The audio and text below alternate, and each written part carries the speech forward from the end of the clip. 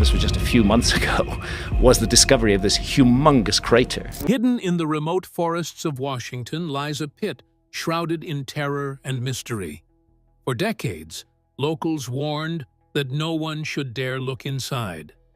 When a team finally lowered a camera into the abyss, they expected darkness. But what they discovered instead was unimaginable.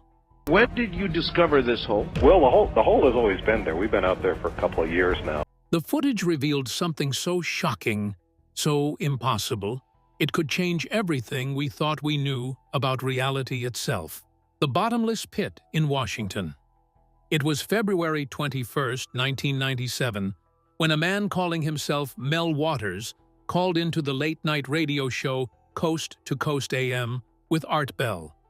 Mel spoke in a calm but urgent tone about something he claimed to have discovered on his property near Ellensburg, Washington.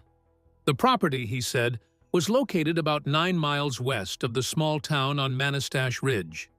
What he described next would send chills through listeners and start one of the most bizarre legends in modern American folklore.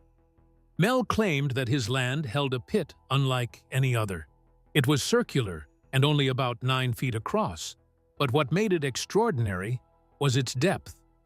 According to him, the top 15 feet of the pit had a stone retaining wall, but beyond that, it descended into total darkness. Mel insisted that the bottom could not be reached. To prove this, he lowered weighted fishing lines into the hole, connecting multiple reels together. No matter how much line he used, he never hit the bottom. In some versions of the story, he claimed to have used as much as 80,000 feet of line without touching the earth below. The hole was not just deep, it seemed to defy the laws of nature. Mel said he had thrown all kinds of objects into it over the years: trash, broken appliances, dead animals, even entire cattle, but the hole never filled up. He told a story of a neighbor who tossed a dead dog into the pit, only for the dog to appear alive later, wandering through the woods as if nothing had happened. Animals, he claimed, instinctively avoided the area. Dogs refused to approach even when leashed, and birds never flew near the pit. Even stranger were the sounds, or the lack of them. Mel said that when objects were dropped into the hole, there was no thud, no echo, no indication they had struck anything at all. Some nearby radios, he reported, began picking up broadcasts from decades past, playing programs that had not aired in years. He even claimed that a steel door had been placed over the top of the pit, and in his will, he wanted his own body thrown into it when he died. For years, the story captivated listeners and paranormal enthusiasts alike. Yet, from the beginning, skeptics and scientists raised serious doubts. There is no public record of a Mel Waters owning property in Kittitas County. Geologists noted that a hole of the claimed depth was impossible. The extreme pressure and heat below the surface would collapse any vertical shaft far before reaching such lengths. Even the deepest human-made borehole, the Kola Super Deep Borehole in Russia, reached only about 12,000 meters, roughly 40,000 feet, far less than the 80,000 feet Mel claimed. Experts said his story defied both physics and geology. Despite the skepticism, the tale of Mel's hole continued to spread. Radio listeners speculated about portals, wormholes, and even gateways to other dimensions. Some believed the hole could alter reality itself. Others dismissed it as a clever hoax or the product of an overactive imagination. Yet Mel's descriptions were so detailed, so consistent, that for many they seemed impossible to ignore. Mel thought he had stumbled on the greatest mystery in Washington, a place that might hold secrets beyond human comprehension. But the very next night, something came to his doorstep that no local legend could explain. It was a moment so strange and terrifying that it changed everything he thought he knew about the pit. What happened that night would turn Mel's hole from a story told in whispers to a mystery that haunted anyone who heard it. The military locks down the mystery. After Mel Waters first appeared on Coast to Coast AM, the story of his mysterious hole escalated to something far more unsettling. What had begun as a curious tale shared on a late-night radio show soon took a turn into secrecy, intimidation, and possibly government involvement. Mel claimed that not long after his broadcast, federal agents, or even military personnel, arrived at his property. He said they blocked access roads, preventing anyone from getting near his land, and acted in a way that many would describe as threatening. According to him, they offered him a deal, one that he felt he could not refuse. Some versions suggest he was paid to stay silent. Others imply he was coerced into a quiet agreement, ensuring the secret of the hole remained hidden from the public eye. In later calls to Art Bell, Mel described how his land was effectively taken over. He claimed the government had paid him, and from that point on, he had little control over what happened on his property. He went further, stating that his land seemed to vanish from public view. Satellite images no longer showed the area, maps excluded it, and TerraServer, a tool for viewing high-resolution Earth imagery, appeared to have expunged his property entirely. To those following the story, it seemed as if a secret was so dangerous that even the very maps of the United States could not show it. Curious minds were not satisfied to simply accept Mel's accounts. In 2002, a team of 30 people, led by a man known as Red Elk, an intertribal medicine practitioner, set out to find the hole on Manastash Ridge. The team explored the area meticulously, climbing ridges and scanning the land with care. Yet, despite their efforts, they found nothing that matched Mel's description. No pit, no mysterious stone walls, no bottomless void. The absence of evidence only added fuel to the legend. For believers, it was proof of a government cover-up. For skeptics, it was a reminder that the story might have been nothing more than an elaborate urban legend. One reason the tale spread so quickly and convincingly was Mel himself. He told his story with a calm, methodical manner that drew listeners in. Every detail seemed measured and precise. He explained how he lowered fishing lines into the hole, specifying the lengths and weights he used. He described the strange behavior of animals around the pit and the bizarre electromagnetic effects. His delivery made the unbelievable seem possible. People were captivated by a man who appeared articulate, rational, and sincere, while describing something so otherworldly it seemed impossible. Despite its appeal, no public records exist for a Mel Waters owning land in Catitas County. Geologists were quick to point out that a hole of the claimed depth could not exist. The pressure and temperature beneath the surface would collapse any vertical shaft long before reaching the supposed depths. Experts said Mel's story violated everything known about Earth science. Yet the legend endured because it combined mystery, possible government involvement, and a man who seemed genuinely frightened and fascinated by what he had found. Just when it seemed Mel had lost control of the story he started, an even stranger twist emerged. Mel disappeared and came back with a claim that he had stumbled upon something far larger and far more dangerous than he ever imagined. Mel vanishes for 12 days. According to UFO Insight and other accounts, Mel left the United States for an unknown period. Some reports suggest he went abroad, while others hint that he made secret trips within the country. Whatever the case, Mel disappeared for a time, and when he returned, the story of what happened to him became even stranger. During one of his trips back to Washington, Mel vanished for 12 days. He later described the experience on Coast to Coast AM with Art Bell in a voice that trembled with fear and confusion. According to him, he woke up in an alley in San Francisco with no memory of how he had arrived there. His body showed signs of abuse. There were injection marks on his arms, suggesting that someone had experimented on him. His wallet and keys were gone. Even more shocking, Some of his back teeth were missing, as if someone had deliberately extracted them. Mel claimed that his disappearance was more than just a personal ordeal. During the 12 days, he said that his bank accounts had been drained. He had received legal papers or threats connected to his property, as if someone wanted to ensure he would never regain control of his land. By the time he returned, his property in Washington had been fully seized. He could no longer step foot on it, and any access he once had to the bottomless pit was gone.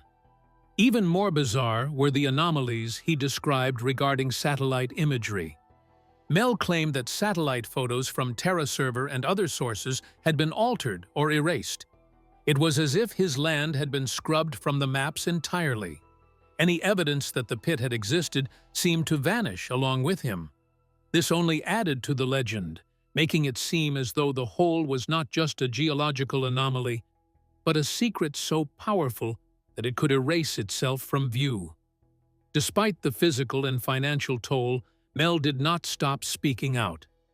His appearances on Coast to Coast AM continued, and listeners were captivated by his increasingly strange tales. He described in detail the changes in his life and the ongoing mysteries connected to the pit. Then he revealed something that pushed the story into a new realm of terror. According to Mel, during his disappearance, he had learned of another hole far from Washington in Nevada. This second pit, he claimed, was even more mysterious and dangerous than the first. He suggested that what he had witnessed there had altered his very body. The exact nature of the changes he experienced was never fully explained, but he hinted at phenomena that defied explanation and that were far more intense than anything associated with the original pit. The combination of a secretive government, unexplained physical changes, and the existence of another mysterious site fueled speculation among believers and conspiracy theorists. Some suggested that Mel had been abducted by unknown forces, experimented on, and returned with partial memories. Others believed that the land and the pits were gateways to another dimension, or openings to forces humans were not meant to encounter. Skeptics, meanwhile, argued that his story was a complicated fabrication, but even they struggled to explain how someone could vanish entirely, suffer physical injuries, and have their property erased from public records and satellite imagery. Mel's story of disappearing for 12 days marked a turning point in the legend of his bottomless pit. Now it involved covert operations, mysterious abductions, and hints of physical transformations that were impossible to ignore. Listeners could not help but wonder what really happened to him, and whether the second hole in Nevada was real or a warning of something far beyond human understanding. By the time he returned to the airwaves, his calm and measured tone could not hide the urgency and fear in his voice. He warned that the second hole was worse than the first. What he had seen there had changed him, and he suggested that anyone who tried to investigate it might not return the same. The Nevada hole and the burnable ice. Mel claimed that guidance came from Basque shepherds and Native Americans who knew the land intimately. According to him, they led him to a second hole, sometimes called the Basque hole. Like the pit in Washington, this one was about 9 feet in diameter, but everything else about it was stranger, more unnatural, and far more dangerous. Unlike the Washington pit, which had a stone retaining wall at the top, the Nevada hole was lined with metal. Mel said the metal collar extended down into the darkness, reflecting no light and producing no sound. It was as if the pit itself absorbed every noise. He claimed that when he dropped a wrench, a toolbox, or any heavy object onto the collar, there was no sound at all. The silence was complete, unnatural, and unsettling. Even stranger was the heat. Mel reported that the metal rim radiated warmth.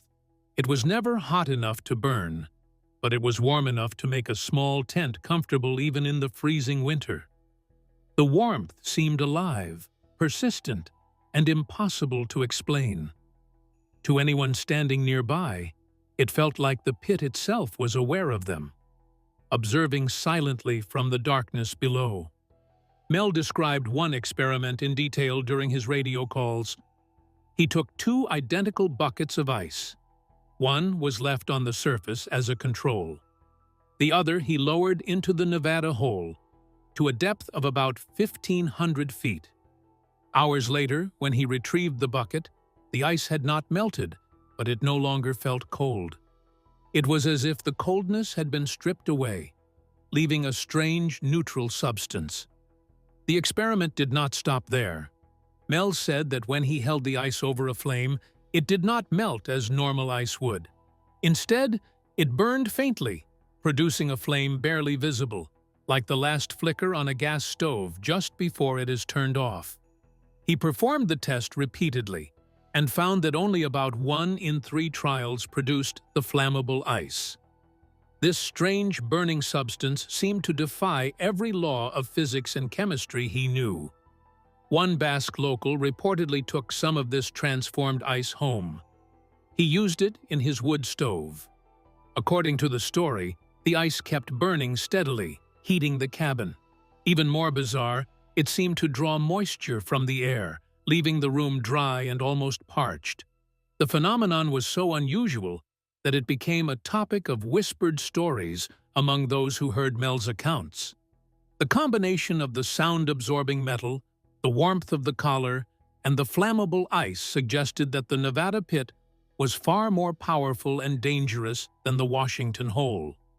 Every detail seemed designed to defy the natural world. Listeners of Coast to Coast AM were captivated, and many believed that Mel had stumbled upon a force so extraordinary that it could change matter itself. Yet the experiments did not stop at ice. According to Mel, curiosity and dread pushed him and his guides to attempt something far more dangerous. They decided to test life itself by lowering a sheep into the pit. What returned was unlike anything Mel could have imagined. He described it with horror on the radio, hinting that the animal had been transformed in ways that defied understanding. Its appearance, behavior, and very essence were altered. The sight nearly broke Mel's mind, leaving him shaken and questioning whether he had uncovered a natural wonder or something far darker, something that should never have been touched. Every account Mel gave deepened the fear and fascination surrounding it. To anyone listening, the Basque hole was not just a story. It was a warning that some places in the world might hold forces humanity was not meant to encounter. The creature from the tumor. Mel Waters' stories of the Nevada hole reached a terrifying new level when he described what happened with a sheep. According to him, the purpose of the experiment was to see how a living creature would react to the pit's strange and otherworldly forces. The sheep was sedated first to prevent panic and struggling, and then placed carefully into a crate. The crate was lowered approximately 1,500 feet into the hole. What followed was unlike anything Mel, or anyone listening, had ever imagined. As the crate descended, Mel claimed that all sound vanished. Not a single bleat, not a shuffle of movement, not a whisper of air could be heard. It was as if the pit itself swallowed every sound, creating a silence that was complete and absolute. Observers described feeling uneasy, as though the air itself had changed, heavy with some unseen presence. The sense of dread grew with every passing minute. When the crate was finally raised, the sheep was dead. But what the observers saw inside the body shocked them beyond belief. Mel said that the normal organs were gone. Instead, a massive tumor had filled the body cavity. Its size alone was unnatural, but the true horror came when they cut it open. Inside the tumor was a living creature, about 18 inches long. It resembled a seal, but with eyes that were distinctly human. Mel claimed that it was still connected to the sheep's body by an umbilical cord. According to Mel, the creature was alive and aware. It moved, looked around, and seemed to recognize him. He described holding it in his hands, feeling its gaze, which he said was both intelligent and compassionate. Despite its bizarre appearance, Mel claimed he experienced a strange sense of connection, as if the creature carried knowledge or understanding far beyond human comprehension. The scent around the creature was unlike anything on Earth. Mel compared it to ozone, sharp and electric, filling the air with an unfamiliar tang. He said the experience was overwhelming, a mixture of fear, awe, and a kind of reverence that left him questioning everything he thought he knew about life. Eventually, they placed the creature on the rim of the hole. According to Mel, it nodded before returning into the darkness voluntarily, disappearing into the pit as silently and mysteriously as it had appeared. What made the story even stranger were the events surrounding Mel himself. Before the trip, he claimed he had been diagnosed with terminal esophageal cancer. He said that doctors had given him little hope. But after the encounter in Nevada, he discovered that the cancer had vanished. He attributed this miraculous recovery to the creature, or perhaps to the strange energies of the pit itself. Whether it was coincidence, a spiritual blessing, or something far more extraordinary, Mel insisted that the experience had altered his body in ways he could not explain. Basque elders, according to Mel, viewed the creature as spiritual. They said it was part of a larger mystery tied to the pit, a being sent to observe or convey messages between the human world and whatever lay beneath. In their culture, such creatures were considered guardians or messengers, not dangerous, but not fully understandable. Mel claimed that their presence in the pit indicated forces that were both ancient and intelligent, beyond ordinary perception. Mel's tale did not end with the creature's departure. When he returned from Nevada, he carried with him a red envelope and a coin unlike anything he had seen before. The coin, he said, defied logic. It seemed to possess strange properties, glowing faintly and resisting analysis. For Mel, the experience left a permanent mark. He believed the creature was a messenger, sent to warn or guide him. The events in Nevada had changed him physically, mentally, and spiritually, leaving him a man who had seen the impossible and survived to tell the story. The baby hole and the warning. Mel Waters' tales of the Nevada pit and the strange creature continued to grow more bizarre and unsettling. In his retellings, he spoke of a Basque elder who had given him a 1943 Roosevelt dime. The elder warned him never to show it publicly. According to Mel, the coin was no ordinary currency. It possessed strange properties. Whenever someone moved more than about 15 feet away, it would disappear from view. It was as if the dime existed in a reality that only revealed itself within a certain proximity. For listeners, the idea was chilling. The notion of a small object behaving outside the laws of physics added another layer of mystery to an already impossible story. Mel's stories of the burning ice took a darker turn. The Basque man who had taken some of the transformed ice home reportedly experienced phenomena that defied explanation. He placed the ice in his wood stove, which initially burned as Mel had described, radiating heat and drawing moisture from the air. Over time, however, the stove began to sink. Slowly, it sank deeper into the ground until it had disappeared 5 feet below the cabin floor. The phenomenon was so strange and inexplicable that researchers or possibly government agents came to investigate. They used cranes, chains, and heavy machinery to lift the stove back out. Even this intervention did not go as expected.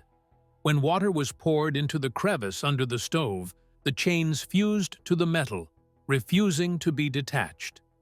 It was an almost science fiction scenario, and for anyone hearing Mel's story, it seemed like reality itself had warped around this single object. The burning ice also had a remarkable effect on the cabin. By removing moisture from the air, it transformed the surroundings, wood, walls, and even furniture, reportedly turned into brittle dust. The desiccating properties were unlike anything known to science, leaving the area dry, fragile, and strange in ways that defied normal explanation. Mel also claimed that the seal-like creature from the Nevada hole returned occasionally to Basque territory. In his retelling, locals had even attempted to communicate with the creature using radios or boomboxes. They interpreted click-like noises as messages, suggesting that the being had intelligence and intentions far beyond human understanding. According to Mel, the creature, sometimes referred to as part of the seal people, was not simply a passive observer. It seemed to monitor the use of the burning ice, as if guarding some boundary of knowledge or power. The warnings were clear, according to Mel. The transformed ice was not to be used recklessly. The creature had, in his account, conveyed that misuse could bring disaster. It was a dangerous element, one that could alter the world around it in ways that humans could neither predict nor control. Every experiment, every test, every observation reinforced the notion that the pits, the ice, and the creature were linked in a network of phenomena that was at once alien and deeply powerful. And then, just when Mel seemed to be nearing the final pieces of the puzzle, something extraordinary and terrifying occurred. The vanishing of Mel Waters and the final expedition. After Mel Waters' last radio calls in late 2002, he vanished. Listeners who had followed his strange and terrifying tales were left with nothing but silence. He seemed to disappear completely from public view. Some whispered that the government or unknown researchers tied to the pits had intervened. Others suspected forces even more mysterious, connected to the holes themselves. Whatever the truth, Mel's sudden absence added an eerie finality to a story that had already pushed the boundaries of belief. The motivation to lower a camera into Mel's hole was rooted in long-standing curiosity and a burning desire for tangible proof.